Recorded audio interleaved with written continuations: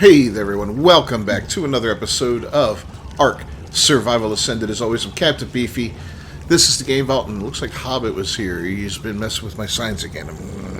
Anyways, we're going to talk about my absolute favorite mod that we're using. And I know I've talked about little parts of this before in different videos, but I kind of want to show you the scope of this mod and some of the amazing features it has, and tell you why, if you want to make your life a lot easier in Ark, this is the mod to use. So let's cue up to music and we'll get right to it.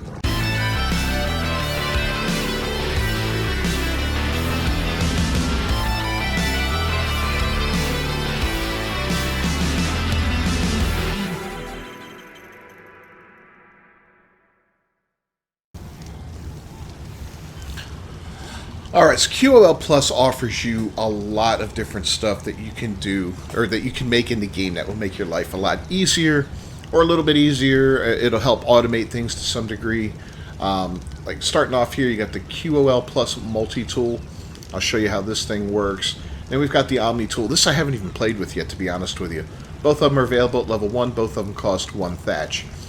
The storage box, which is a larger storage box, you know, standing torch, the converter. This will take vanilla structures and blueprints and change them into QOL counterparts. So let's say you downloaded this after you've already built your base and you want to convert something like your fabricator into QOL Plus.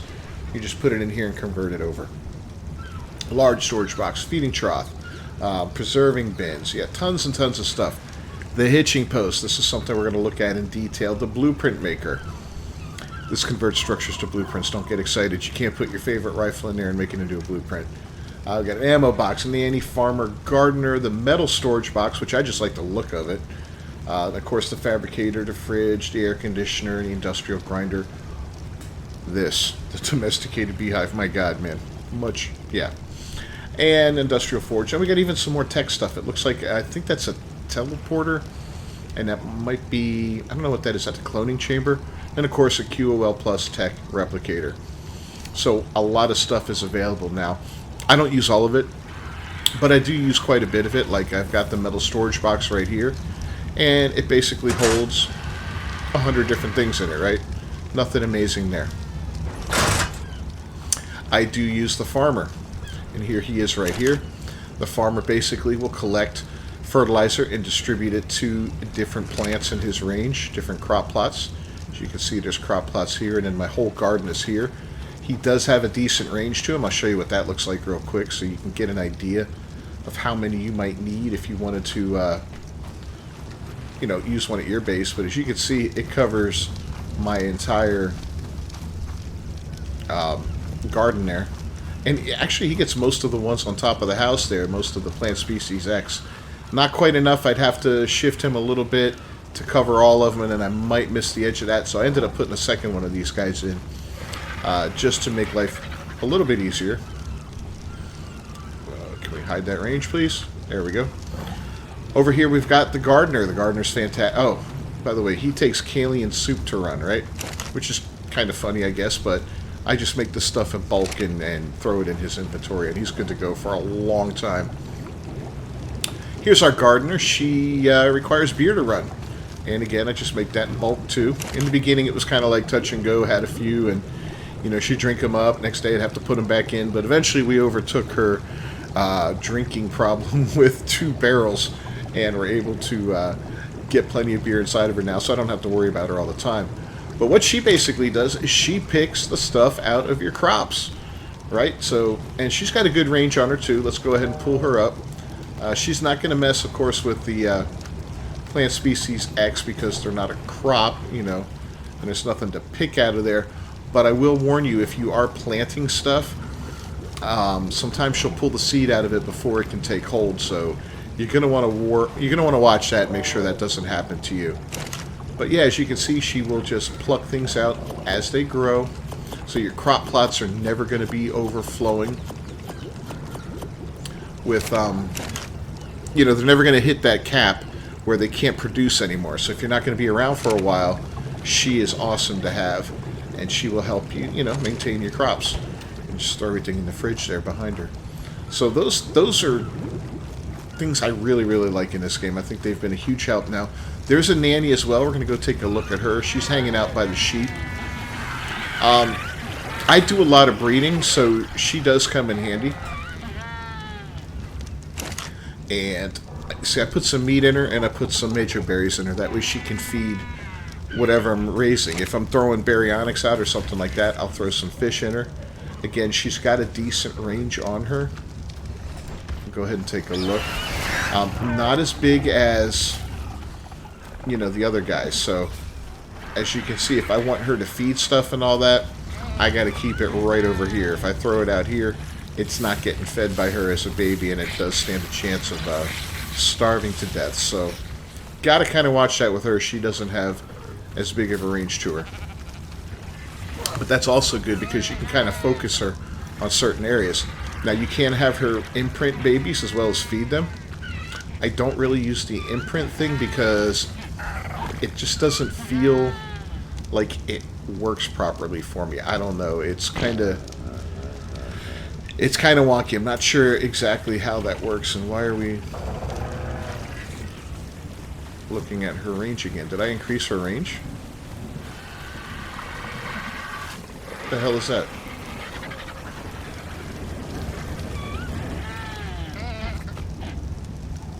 Nope, we're not looking at her range. Okay then. We're looking at some other type of range. But yeah, so that's the nanny, and that's how that works. I'll figure this out in a minute. Maybe it's centered right around here. Weird. Okay. So yeah, that's the nanny. That's how she works. She can imprint your babies. She can feed your babies. Very useful in a situation like this where I do a lot of breeding. If I want to throw out a bunch of creatures, I could just throw a whole bunch of meat in her. I don't have to micromanage all the different creatures. She, you know, the Maywing kind of made her obsolete, but now that the Maywing's not around anymore, it's much, much better to have her. Now here's another fantastic part of the QOL Plus, that's the hitching post. Basically, you hitch dinos to it. So these dinos here are on wandering, but they will not move. Okay? Because they are hitched to the hitching post. If they weren't, they'd be wandering around doing all kinds of stuff. Wandering allows them to mate. Okay? Those of you who are old school ARK players will remember there was a time before mating where you had to put your creatures on wander. So you had to build like a little restrictive room. And they just wandered around in there, and you know, if you were doing Rexes or something like that, you had to listen to their footsteps all day and all night at your base, and it was utterly horrible. With the introduction of mating, it took that away. You don't need to have them on wander anymore, but there is a difference between wandering and mating. So if you have them on mating, they will continue to mate and produce eggs or offspring. And you can see here I've got a few eggs going on right now from our different guys that are breeding. But they'll continue to do so as long as you're in render distance. Once you leave render distance, if they're on mating, they stop. But if they're on wander, they will not go into stasis. They will continue to wander as long as you are anywhere on the map. They're wandering. It's not going to stop. So they'll produce eggs the entire time you're playing, the entire time you're on. And if you're looking to mass produce like I'm doing, it's much better to have them on wander than it is on mating, because I don't want to have to sit here. I want to be able to go out with the guys and adventure a little bit, get some stuff, have some fun, come back, say, oh my god, I got 60 eggs to hatch, 80 eggs to hatch, whatever. And then go through and hatch all those eggs at once, do it again. Now, it also comes in handy for stuff like the Achatina. You know, the Achatina need to be on wander to produce their Achatina paste. So you can throw a hitching post in there, and they're good to go. You don't have to worry about them wandering off, building some big complex structure to hold them in. I mean, it doesn't need to be that complex. You can just build a simple room. But still, it gets kind of annoying because, you know, it's like, oh, you gotta worry about them creeping out and all that. Same thing with the beetles. You know, beetles need to be on wandering to produce fertilizer. Not anymore. You just hitch them to the hitching post. I got my little sheep spot here. Whenever I want to make a few ovis, I just come in here and I put this guy. You know what? I'm going to show you something better. I make that guy wander. He'll mate with those three guys. I take him off wandering, and then, you know, I'll have 3 more ovis to add to my ovis vending machine. That's what I call this thing. That's where All the ovis go as they prepare for slaughter later on. So, yeah, pretty cool stuff, right? Well, we're going to look at this thing right here. This is the QOL Plus multi-tool. This thing's amazing, okay? You arm it, you hold down square in PlayStation, and check it out. Info. This gives you a little bit of info on it, what it does and all that. Chibify, Dino mode, structure mode, remote mode, yeah, repair mode, really cool stuff.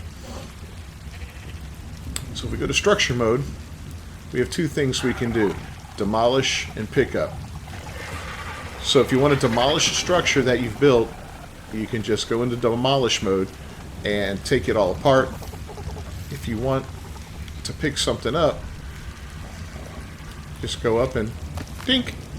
Yeah, pick it up, it puts it right into your inventory. Pretty cool, right? It does get a little wonky if it's out when you're trying to do stuff that requires you to build and stuff like that. Let's get it out again. Wrong gun. And then you have a repair mode. Repair will help you repair items around your base. You know how it can be annoying sometimes? You get some weird wear and tear. I don't think I've got any going on right now, do I? No. But if I did, I'd be able to just aim this gun at it. It would pull resources that I have to repair the different problems around my base. Anything that's broken. There was some stuff over here, but I think I fixed it all. Yeah. But it's pretty cool. Pretty damn cool. And we go over to Dino. Dino has a lot of options to it, okay? Creeping mode, I absolutely don't know what that is. Turret mode, so you have some creatures like Challies and Arthroplura that you can put into turret mode where they'll use a remote attack. So you can activate that through this thing. Kill mode, this is an instant kill on one of your tames. You can't use this out in the wild to, kill that Giga that's been bothering you or something like that. No, this is for your own guys. And you don't get XP for it. Spay mode, if you want to spay your creatures real quick, you can use that, spay or neuter. Chibify. So, yeah, this will destroy a creature and turn it into a chibi. I've never done that. Alright. I can't say that anymore. Now I've done it. Let's get his saddle out of there. That was kind of an extra Thyla anyway. And if I go into my cosmetics, and there he is. A level 1 Thyla chibi. Now, my understanding is the colors of your creature don't affect it when you chibify it. It's just going to be random, like any other chibi that you get. So, but kind of a cool way to get a chibi if you want to like immortalize a creature of yours that you're maybe it's obsolete now. You don't need it anymore because you got a better one. You turn them into a chibi and keep them with you forever and ever. Alright, next up is mating mode. You can make creatures, you can put them into mating mode. Now these guys are obviously mating already because they're on wander, but if you wanted to do mating instead of wandering, like I said, there's different reasons for you to do different ones. You'd be able to just pop them off and do that. This is whistle mode. You'd be able to, cycle through various whistles that way. Following mode, you can make it follow you. Make it stop following you. Pretty cool. Wandering mode, that's the one that I use on these guys to have them mate. So you're not wandering anymore, it won't be mating anymore. Put it back on wandering. And yeah, I honestly don't know what creeping mode does. What the hell is this guy doing in here? He doesn't belong in my base. Ugh. Every now and then we get a turtle. He's about to get shot to hell if he goes down there a little bit. But yeah, that's how that multi-tool works. It's pretty damn cool. Let me pull it out again. And I think repair remote. Remote is, I'm pretty sure that allows you to shut doors. Door mode, activate mode, deactivate mode. Yeah. So door mode, open, shut doors. Activate mode. Pretty sure we can turn things on and then turn it off.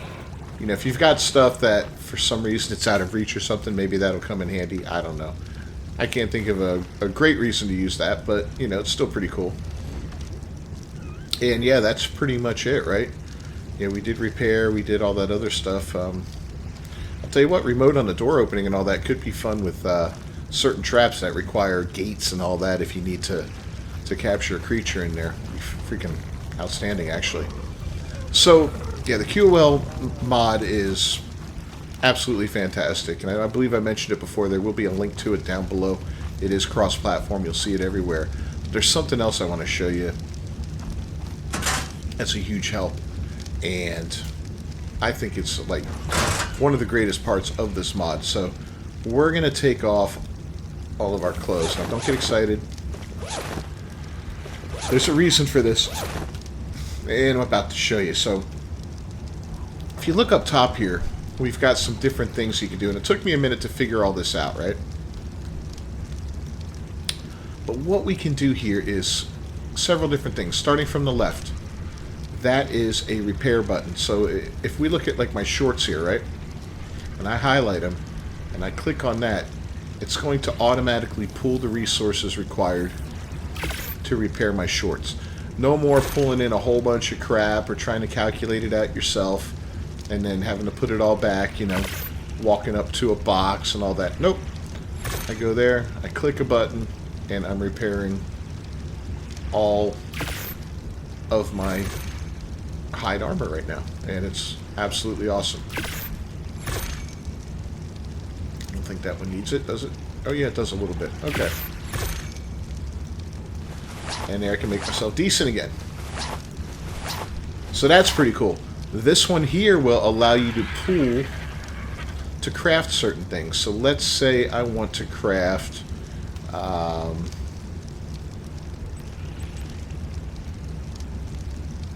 yeah, I don't have any of these. Let's say I want to craft some parachutes, right? And I want to craft 10 of them. So I can type the 10 in up there. Oops. Then I can hit this, and it will pull what I need to craft 10 parachutes. I can begin crafting, and as you can see, we're making 10 parachutes right now. Just like that. Awesome. Saves you a ton of time. And this right here is useful. This is the pulling system. It can be done in your own inventory. It could be done in an items inventory or a structure or something like that. Like for instance here, if I want to say, okay, my Akatina have been at work, I want to take all their paste in one shot, I can go like this, and there's my 10 Akatina. I've pulled all their paste and put it right in here. You know, I want to check my beetles. They've been making oil, right? Let's see how much oil they've made. I go in here, boom. You can see I've got them all there. There's a little bit left in the industrial forge from some of the fuel I was making, but we'll take that too. And, oh yeah, that's right, I did throw my hide in there. Let me go ahead and put my hide away. Where is it? Hide. Industrial forge, I got 28,000 in there. Let's take it, we'll pull it, and I got Bigfoot making some fiber. He's out there picking fiber all the time. We'll go ahead and take that from him real quick, and done. So yeah, we can stock up our thing like that. Another way I like to use that a lot too is like if I take out my Anki and I want to go get a ton of metal, and I'm also going to get some crystal, maybe some obsidian. I'm up on the mountain or I'm up on the volcano or a place like that. I'm getting multiple different resources like that. I like to go ahead and get on the creature that I want to load up. Like let's say I have an RG, so I'll load up my Anki, right? I'll get him full of stuff and all that. All right, he's at a point where now I got to distribute some stuff to my RGs so that I can fly it all back home. I'll hop on one of the RGs and I'll pull all the metal onto it, right? Or I'll pull all the crystal, the obsidian, whatever it is I'm taking home. I'll pull it directly onto him using that same setup there, right here. So let's do it with a creature, actually. Let's, I'll show you how it's done. I mean, we're not going to do it, but this Dodicarus, for instance, right? If I wanted to, I could pull some stone and put it right onto him. There we go, 31,000 stone. It's not going to be able to take it all because of weight limits and all that. But it's able to take 3280 on him.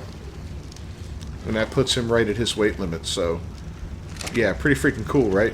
It's, you know, so you can move stuff from animal to animal that way.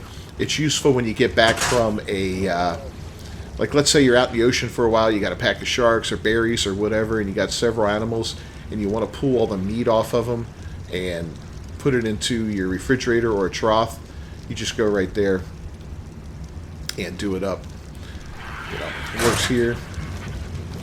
Say, I want to make some spark powder, you know, and I know I'm getting kind of goofy on all this, but it's endlessly useful, and it will save you so much time. Does it make things easier? Yeah. Is it a game breaker? I don't think it is by any stretch of the imagination, but as you can see, we're pulling from the fridge, feeding troughs, from the nanny, and we can pull all the spoiled meat in the world that we want. Then we can pull all the narcotics we want, the narco berries. 119,000, that's absolutely ridiculous. I need to spoil some more meat, right? Get that making. When it's all done, I go to the fridge and put the narco berries back in there, as well as the narcotics. I keep my narcotics in the fridge just because I find it easier to keep track of them that way. But yeah, that's QOL Plus, man, in a nutshell. I mean, now we didn't go over everything in there. I think this is a QOL Plus, yeah, industrial grinder. So, oh look, we'll grind all. But you can see, walking up to it, it was on, but you can't hear it. It's not making noise. So that, to me, is, God, a huge plus, because these machines can be kind of noisy. My my fabricator, unfortunately, is not QOL Plus. I could convert it, I guess. Is this the actual converter here? Yeah, this is the converter, right? Let's try that out, actually. So this is a regular old fabricator. We'll pull everything off of it real quick. We'll pick this up, and we'll pop it in here, and we'll convert it into a QOL Plus one. Now, it does make some stuff faster. It does some different stuff and all that, but one of the greatest parts of it is it doesn't require... it doesn't make a lot of noise, right? So we're going to convert it. Now we got a QOL Plus fabricator. Let's go ahead and put it back out, and we'll turn it on.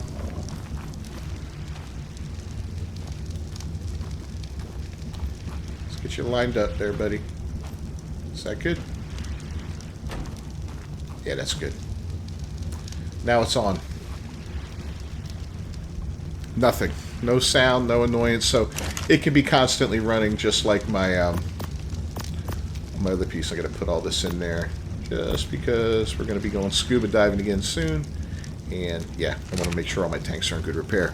So yeah, I guess that's kind of the main things that I use in there. Again, I'm sure there's other stuff that I don't use. Like, I don't use the air conditioners. They're supposed to be better, but for some reason, they will not lock into the walls here, the windows, like these do, and I really like the way these go into the window. I think they're much nicer looking that way. You know, instead of having a bunch of them on the floor and all that mess, having them stuck in the window. Growing up in Florida, you see that a lot. You see houses with, you know, those window units and all that, so it's kind of cool to have it that way. But yeah.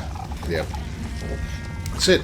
Alright guys, so we're going to go ahead and wrap up this video. If you take anything away from this, it is for your own sanity. Especially if you're a small tribe or a single player, QOL Plus will make your life loads and loads easier. It'll help bring things to a semi-automated state in the game, you know.